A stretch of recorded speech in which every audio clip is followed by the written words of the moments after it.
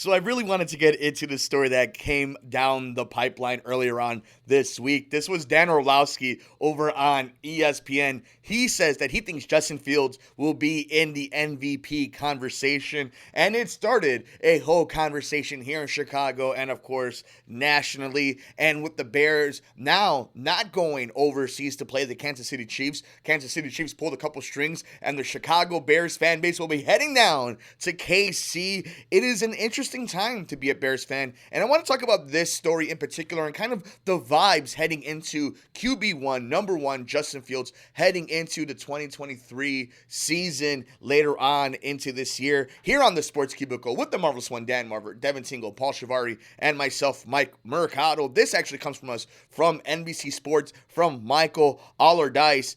An MVP season incoming for Justin Fields? ESPN analyst Dan Orlovsky thinks it's possible for the Chicago Bears quarterback. Quote, Justin Fields is going to be in the MVP conversation this season, Orlovsky said. I said that last year and everyone mocked me. Fields went on a tear last year after offensive coordinator Luke Getsy made some midseason tweaks to the offense. Fields actually did get an MVP vote as well. Quote, the Chicago Bears had the number one pick. They were terrible last year, Orlovsky said. The only reason that they were actually in games was because of Justin Fields. Fast forward to this year, their general manager, Ryan Poles, has done a couple things. Number one, this offensive line has gone from a weakness to a potential strength. The addition of Darnell Wright, Nate Davis, brought over in free agency. Now Tevin Jenkins can kick inside. Number two, DJ Moore. Now there's finally some decent talent on the outside that he's going to have a chance to throw to. And then three, the growth that he is going to have. Orlovsky also added to this. Everyone continues to say, follow the Jalen Hurts model for the style. No, Orlovsky said. Justin Fields' season should look a lot like what Josh Allen's second season did that last half. So there's a lot to unpack there from Dan Orlovsky, and I wanted to take it step by step. Let's take a look at his first point, that they have the offensive line going from a weakness to a potential strength, which might be a thing when you do draft Darnell Wright with the 10th overall pick. You do sign Nate Davis coming from free agency in Tennessee. You are able to move Tevin Jenkins to the inside. But it doesn't change the fact that it's still Braxton Jones on the left side. It still doesn't change the fact of what are you going to do with the center position. It still just doesn't change the fact that you have a quarterback that does hold on to the ball for a long time. It doesn't change the fact that this offensive line is going to be another year of new pieces, of new athletes, of new people trying to form some type of chemistry on the fly. Now, they'll have a summer and a preseason and a training camp, but it's still a lot to ask for a fairly young offensive line. But yes, Orlovsky is right. If you're looking for a positive, there's one right there. The offensive line should be a little bit better. Number two, DJ Moore. He mentions DJ Moore. He mentions that the decent talent on the outside and how he's going to have a chance to throw it. Well, Justin Fields, it falls on him. We've been talking about this entire time. From the moment they got that number one overall pick to getting DJ Moore. That they are doing everything to make sure they give Justin Fields all the resources they can. To give this coaching staff every resource it can to make sure they can make a fair evaluation of Justin Fields. And DJ Moore is a huge piece of that. But let's not get it twisted. This is going to be his first time playing with Justin Fields. This is going to be the first time Fields has had a player of that caliber in the National Football League. And he is the obvious number one on this squad. So it's not like defenses are just going to ignore DJ Moore and going to allow him to do whatever he wants on that field. DJ Moore does a lot more than just help Fields on top of it. He allows Darnell Mooney and Chase Claypool to go into their proper positions. He helps Cole Kmet with being another able, top-tier body to go out there and get the ball. He helps Khalil Herbert and these other running backs that they bring in. He also helps the offensive line because if Fields is able to quick release, get the ball to his players, to the playmakers, including DJ Moore, you won't have to keep Aaron Donald set in place for 3 seconds, which is nearly impossible. And number three, I think the big one, the growth that he is going to have. And I think this is where it all comes down to the MVP conversation. Yes, you could talk about the additions that they've made. Yes, you could talk about how he was the reason they were in a bunch of games last year when they still only won 3 games and they were still the number 1 overall draft pick. Shout out to Lovie Smith.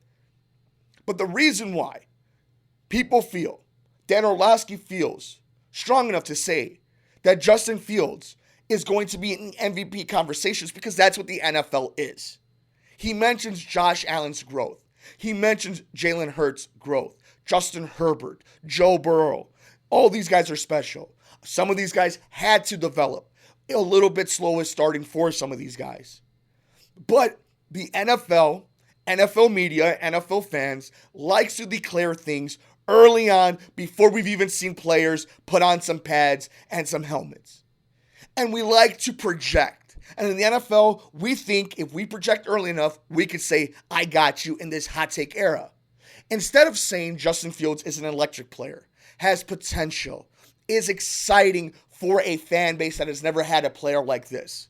And leave it at that. Watch the maturation. Watch it kind of gel together. And then, as the time has gone on, to say, okay, this kid could be here, here, here. This guy can do this, this, and this.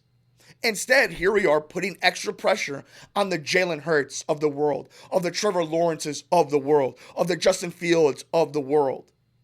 MVP, you're still in a league with Patrick Mahomes. Let's not forget what the gold standard is in the National Football League. So while I am all in on QB1, he is him, Justin Fields, a graduate of Ohio State, our quarterback of my Chicago Bears, of your Chicago Bears, it doesn't change the fact that we are taking leaps and bounds on things we have no clue about, that we have not seen play out. On paper, it looks fun. 1-2, Fields to Moore, looks awesome. It's an exciting day whenever we see Justin Fields make a play and run down the field. But this is a league stacked with great quarterbacks, a league stacked with great teams, and a league full of parity. If Justin Fields wants to be an MVP, he needs to take the next step. He needs to do his part, as the organization did, by getting him his weapons, by trying to build around him. He needs to take that next step and make his team better.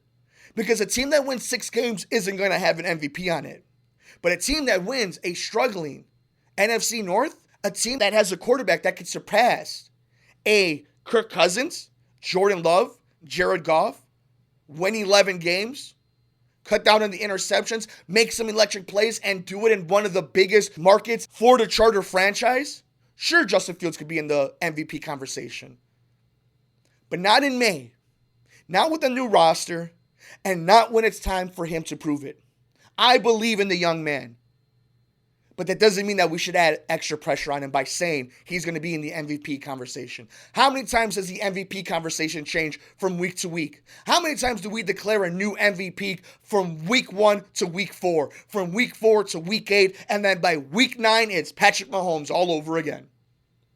I want to know your thoughts, though. We're on Twitter at Sports Cubicle TV. I'm on Twitter at Mike M Media. Instagram, Mike Mercado Media. I am all hot and bothered and lathered up, but you know what? The only thing that will ease me up is with a good, nice, long nap. And the only way to do it is on those beautiful, soothing eucalyptus sheets and bedding from our friends over at Sheets and Giggles. And you can get 15% off those same awesome bedding and sheeting and mattresses and all the great stuff by using our promo code, The Sports Cubicle, Sports from the Couch, for 15% off your next purchase. Will Justin Fields be the league MVP this coming up season? We want to know your thoughts. We got a lot left here on The Sports Cubicle. It's the one and only, the marvelous one, Dan Marver. It's Devin Tingle. It's Paul Chivari.